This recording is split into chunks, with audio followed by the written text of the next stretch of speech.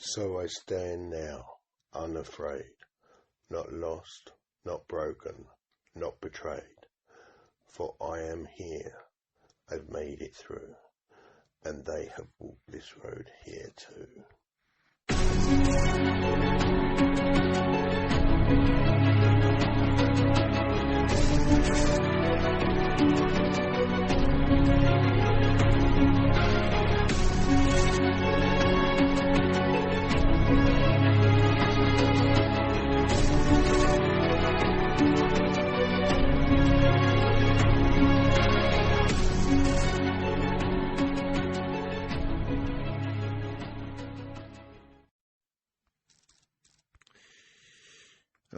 So here we go. What are we doing on today's show? So today's show, I've decided to dive into the intricate world of addiction. It's a topic that affects millions globally and yet remains widely misunderstood.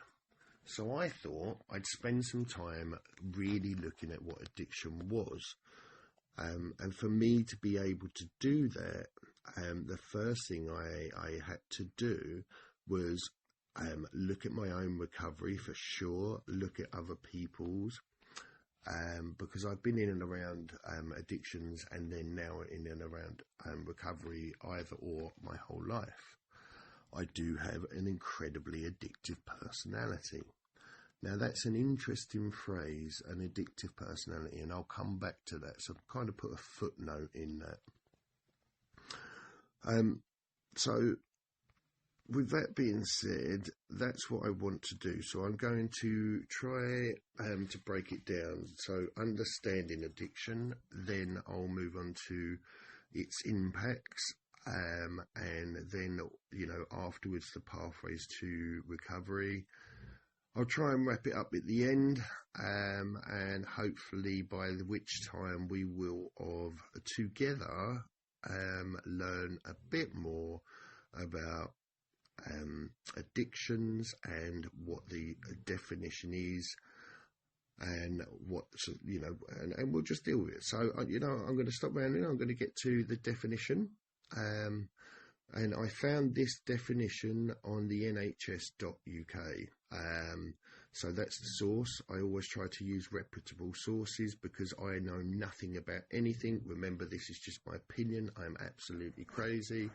And my last year of behaviour would maybe suggest that. But that being said, well, not just the last year, but that being said, I try to just go on my experiences that I've had, and I try to make sure, as I say, it's reputable and honest and as truthful as I can.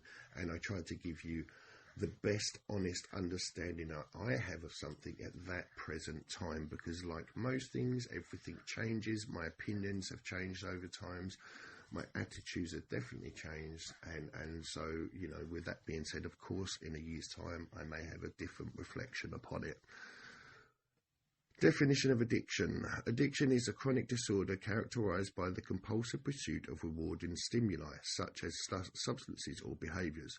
Despite adverse consequences, it involves complex interactions among brain circuits, genetics, the environment, and an individual's life experience. I'm going to read that one more time. Addiction is the chronic disorder characterized by the compulsive pursuit of a rewarding stimuli such as substances or behaviors. Despite adverse consequences, it involves complex interactions among brain circuits, genetics, the environment, and an individual's life experiences. So, what does that mean? Let's break that down a little bit for you.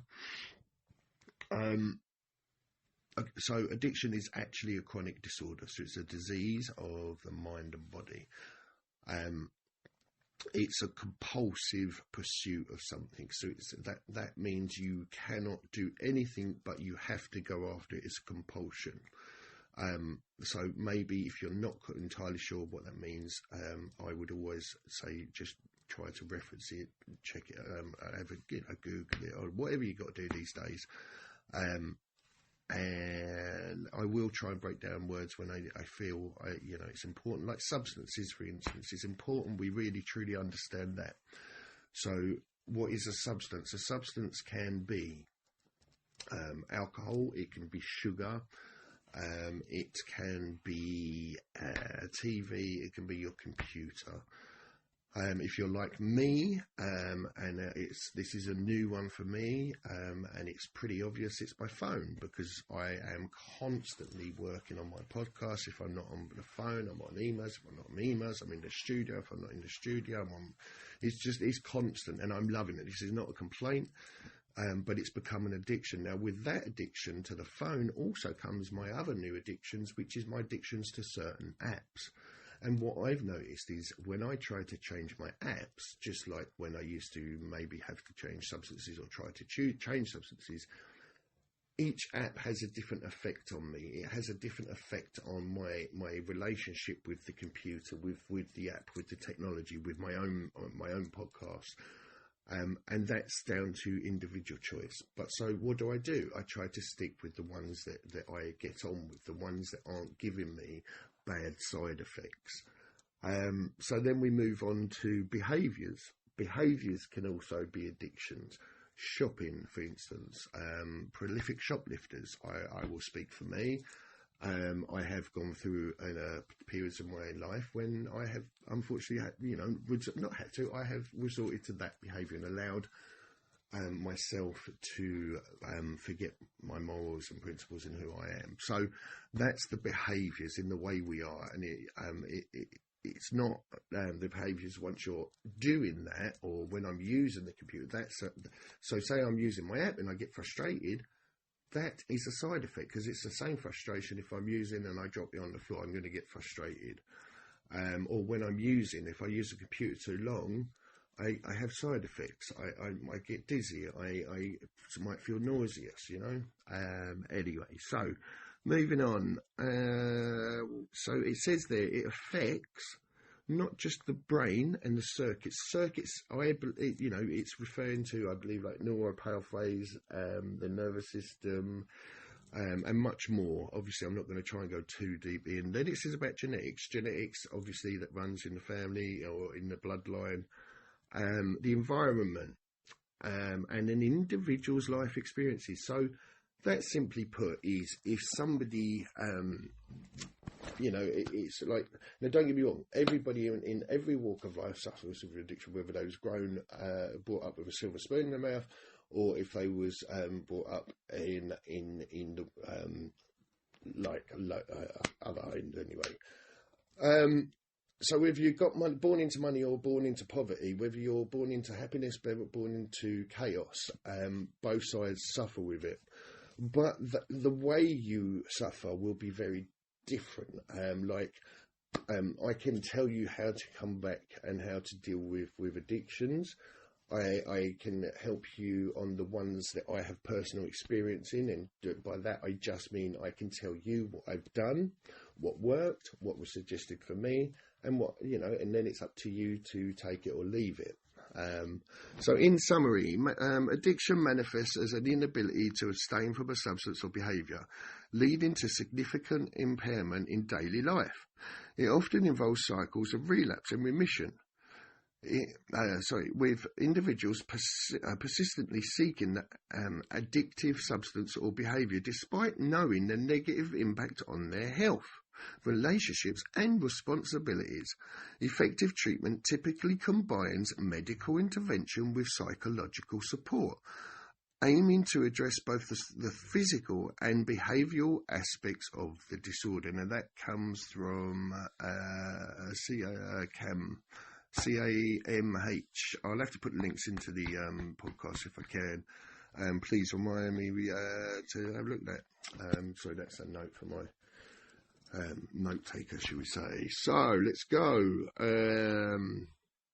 There you go. Addiction manifests as an inability to abstain. That means it manifested itself in that compulsive way. You can't stop. You have to have whatever it is. Or its behaviour leading to significant impairment. Like, it affects all aspects of the life. And it says that it's crazy. Effective treatment typically combines medical interventions. And that means So I learned in recovery rooms, and it didn't matter which recovery program I was in or what 12-step programs. It's all the same advice. If you want medical advice, and if you need, if you're on a substance or something that requires medical treatment, go and see your doctor, go and see your psychiatrist, go and see your counsellor, whichever it is you need. If you need, and what I can help you with, or what you can gain within the recovery rooms, what you can hope for is guidance, support, and a program that is proven to work in whichever ones you choose. Whew, this is a big subject. I'm loving it. So here's the full article. Again, NHS UK. Addiction is a complex combination, a brain disorder that manifests itself by compulsive substance use despite harmful consequences. People with addiction, severe substance use disorder, have an intense focus on using certain substances, such as alcohol or drugs, to the point that it takes over their life. They keep using alcohol or a drug even when they know it will cause problems. Yet a number of effective treatments are available, and people can recover from addiction and lead a normal life, productive lives. Yeah, wow. So it's absolutely. Hang on, I think I've missed a bit here. Let's go again. Oh yeah, sorry. People with substance use disorder have distorted thinking behaviour and body functions. Changes in the brain's wiring are what cause people to have intense cravings for the drug and make it hard to stop using the drug. Brain imaging studies show changes in the areas of the brain that relate to judgment, decision-making, learning, memory and behavioural control. Again, NHS.UK. I'm going to go back to this first one, actually, because at the moment, and try and break them down, and then there's another one to come. So, addiction is a complex condition. It's not an easy one to figure out. We know this. A brain disorder. It's a brain disorder. It manifests itself by compulsive substances. And it is insane when you think that many alcoholics many addicts will just follow the insanity into the gates of hell, so to speak. And that comes from some meetings. But once it gets hold of you, there's nothing you can do. It changes everything. And what I've noticed with my addictions is whatever I've been addicted to, and I've had loads of addictions over the years, and I do mean lots. And every time I've ended up with one, I've kind of used the same methods, and as I've come out of it towards my spiritual path that I'm now on, and the growth that I'm now being graced with.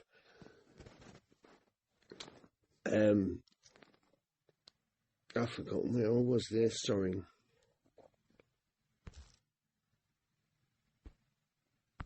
So yeah, as I've been on this spiritual journey, and later on in this part of my journey, I've noticed patterns, and they're significant patterns. And for me, I have been over the years working the programs and changing things slowly. Not to begin with, I tried to change everything in one go, and I just simply couldn't. I had to finally admit defeat, jump to my knees, say, that's it, I can't deal with anything, because I couldn't. And the only way I started to get better was when I just stood still. Now, I did end up homeless, I did end up losing everything, but that was a blessing for me. Now, I'm not saying wait till you get to that point, not at all. But it was certainly an eye-opener. And then I've started to look back at my own recovery, and what is it I do each time I recover? How is it when am I doing well? When am I not? Now, I suffer with some mental health as well. I have different conditions, and it makes it a little bit harder, a little bit more tricky. But since I've been given my diagnosis from the medical professionals, and I've listened to them, and I've been taking the meds and working my program, it's been getting better. Now, one of the things, especially during the podcast, and I've been doing this for a while now, quite a few years, and I remember starting it anyway, I remember starting in my bedroom, but since I've been doing it, it takes up all of my time. Now, before I got to this point, and my time was taken up, and now it's taken up. I mean, I've been, so I'm a recovered alcoholic, and a recovered addict as well, and I am 200 and I'm about just 200. Sorry, I'm 800. So 2.5 years, just under 2.5 years, in full sobriety and recovery. Now I've been doing it for about 5 years, like I say. But what I've noticed is every time I've been able to treat the addiction, or so I thought, and we all, I've always believed that once I've stopped and I abstained for a long time, I've beat it, and it seems to always used to always come back in different forms, and it is now. But I'm controlling those like people do in their normal day-to-day life. Sometimes addictions aren't a bad thing always either. But what I've noticed, what it is that I've looked at, and I've been trying this and experimenting, and I'm trying, we're living with people in all parts of recovery, and what I found is once you take up our time, once I started doing colouring, once I started doing word searches, then I started reading, then I started really put work in the program a couple of years ago, then I started to read more, then I started to journal, then I started to learn to properly meditate, to pray, and then to fellowship, be of service, and to help other addicts, other alcoholics, other people out there, anybody, the homeless community. I just tried to give my time freely to anybody that would like it, anyone that would like help, and I encourage them and implore them to ask me for the help, because that takes up my time. And the most selfish thing I can do for someone else for me is do something for someone else, because it makes me feel fantastic. And those feelings have replaced the goodness I feel from doing something good for somebody else. And I'm not going to go into what, because I don't need to. If I put a new suit on, I ain't got to show you. So, but when I do something nice, the feeling I get, that matches, it far outweighs the endorphins I used to feel when I was in my career, shall we say, when I was in my active addictions. So I truly believe that time is a big healer, so not in just the literal sense of time in the sense of clock time. I'm talking about in how we manage that, and how I make sure I'm busy and surrounding myself with the correct people, and learning how to put boundaries in, and all of this comes with time. You can't just jump in and expect to know anything or understand it all. So addiction is a treatable condition. Whether whatever the addiction, there are many ways to seek help. You could see your GP for advice, or contact an organisation specialising in helping people with addictions. You can use online directories to find addiction treatment services or in your area. Again, that's the NHS. So it says, it says there, addiction is a treatable condition. It's a condition, we found out it's a disorder. It's a disease of the mind and body. And I hope this is really sort of helping you understand. And like it says, it says there, you could see your GP for advice or contact organisations that specialise. So it's always important and good to try and look out for, people that with understanding. Like, so if you need interventions medically, like either for your mental wellness or for your addictions, if it's dependency, then you must seek medical advice. Anyway, so I'm hoping that I've broken this down for you. I'm hoping that you've enjoyed it. And it's I'm nowhere near finished. I do apologise. Let's carry on. Oh my God, individual. Yeah, I'm sorry. I'm trying to just cover as much as I can. So understanding addiction, we've done that. So yeah, now this is important. The impact of addictions. That's what I should have done. Individuals grappling with addiction often find it challenging to assess for substances or behaviour. leading to significant impairments in daily life. Relationships may suffer, professional relationships might be neglected, and overall health can decline despite awareness of these negative impacts. The cycle of addiction persists, underscoring the powerful grip this disorder holds. Yeah, it's crazy. It's the massive impact it has on people around you, not just people, places and things. I used to say, it's my life, I'm not hurting anybody, why don't you leave me alone, let me just enjoy myself. The whole time not realising not only was I decimating anybody around me, I was using and abusing, because the addiction was like, I was fueling the addiction by not treating my time better, by not treating the traumas that I dealt with, that I hadn't dealt with. And part of it for me, and I'm only talking about me, for me this time, I feel like I have matured and grown up and took ownership. Really tried to understand what effect I've had on the world, and that might sound egotistical. Oh, look at me, I'm that important, I've affected the whole world. That's not what I mean. But the world in which we all live, in our own little bubbles, with our own support networks, with our own colleagues, with our own everything really, they suffer in ways that I did not understand at all. There are people still today that hold trauma that they may never be able to recover from, and I have had to take ownership of my part in everything and make amends and make it right where I can. And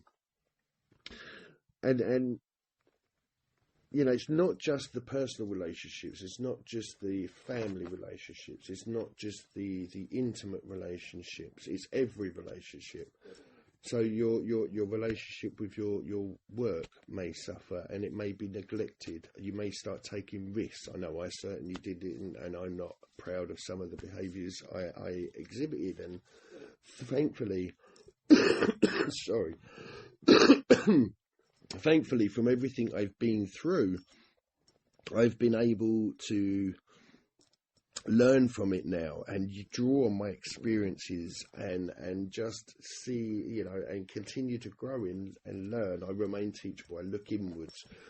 I don't mind, even when I think I'm right, saying, you know what, I could be wrong. I don't mind accepting it and acknowledging when I am. These are things I could never do before. And then when you're putting that much strain on everyone around you, when you're the chaos, when I put the chaos as much as I did into the world, and I, in the end, I ripped everything apart and everyone apart, and then it's the physical toll it can take as well. It can really impact your health, in many, many ways. And it's weird because despite the awareness of these impacts, the cycle of addiction just persists, and it underscores the powerful grip this disorder holds and how it doesn't just go after the individuals who are using or affected by it. It goes on to infect, like a ripple effect, everybody around that person. And that then ripples out from their lives into their colleagues, that takes it, and it's just, I had no idea of the damage and cause my actions for my selfish behaviour was causing. And in the height of the addictions and the using, the addiction had taken over. It wanted to kill me, and I didn't understand that. I didn't understand why. But I for a long time felt I didn't believe. I've had job after job. I couldn't keep a job. I couldn't hold keep it together. I couldn't hold. I've never been able to successfully complete much in my life. I'm not going to say anything because I've got driving licenses. I've got qualifications. Not many, but I've got a few.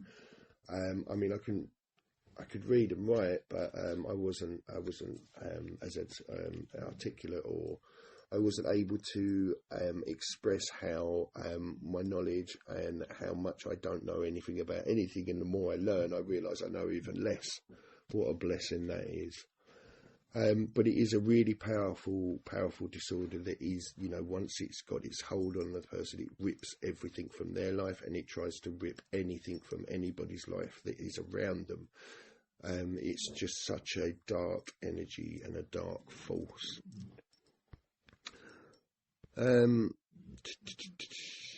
So it is possible to recover, and there are many walking examples. And there seems to be this, what I believe to be a misconception, that if somebody relapses, they have failed. And that for me isn't true. And I'll tell you what my understanding or my reasons for that is. Now, you may have a difference of opinion, that's fine. I'll give a example, and I won't use individual names because I don't know that I can. So let's say a professional basketball player, for instance, who would have been the top basketball scorer in the league at some point.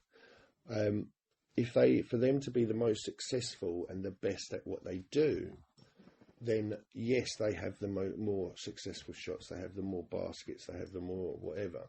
But that would also make them, in turn, the player with the highest failure, the highest rate of failure, as people like to call it. Because for every shot they may make, they will miss 10. So the ratio for the way success and failure is looked at is surely that's more of a failure than a success, and obviously it's not. Because the success part of whatever we do is the end result. That's the point we would like to get to. But you can't get to, or in my experience, I've certainly not been able to have any success in my life without first learning from my failures. Oh my God, I'd love to be able to succeed every single time I start something, just get it right and bosh. I mean, I started this a long time ago, and it takes time.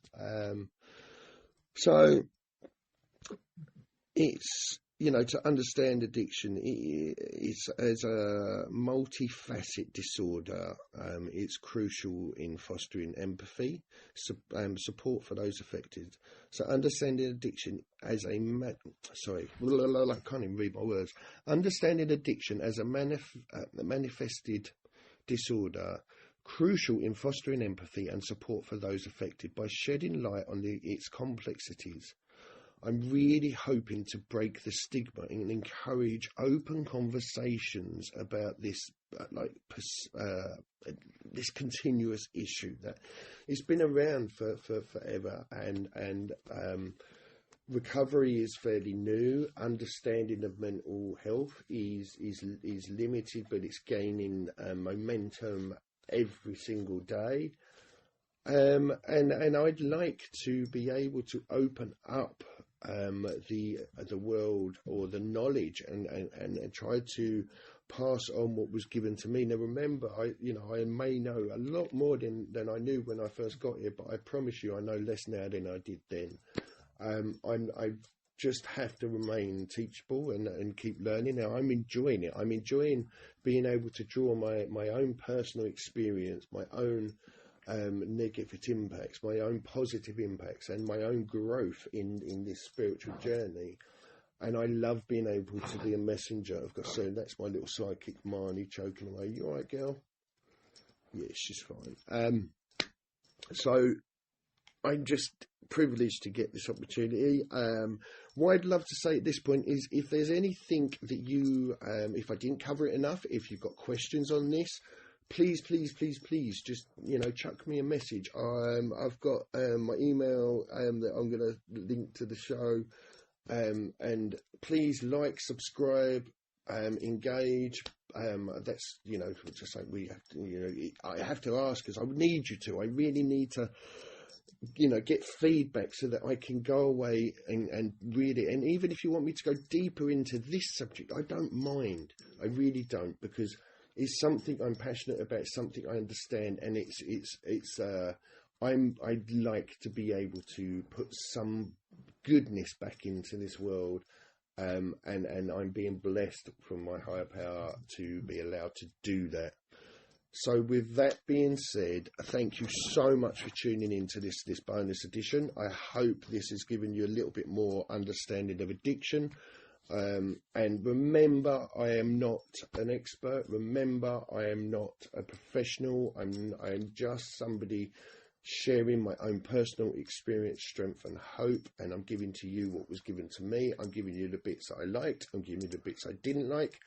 And you will do what I did, or you're welcome to do what I did. And I suggest you take the bits you need, keep and pass the rest and that on to someone else. But when passing it on, I always try to make sure I give them even the bits I don't like. If I'm telling them a bit of the book that at some point helped me, and even if I don't like it now, I still tell them. If I don't know, if there's something I don't like, and I hear in the meeting then there's a bit of the book this, for instance, I don't like, or I have a difference of opinion on it, maybe, I wouldn't necessarily go in there and go, oh, well, no. I might, if they ask me away from that, I will always be honest. The one thing I've learned is people in recovery become the most honest people. I used to be a prolific liar. Maybe a compulsive liar, maybe an addictive liar, who knows, I don't know how you'd want to word it. And today I am blessed again that I can truly say I am an honest, trustworthy person, and I love that. And that's not me that's done that. I've just gone back to my roots. I've gone back to Mother Nature.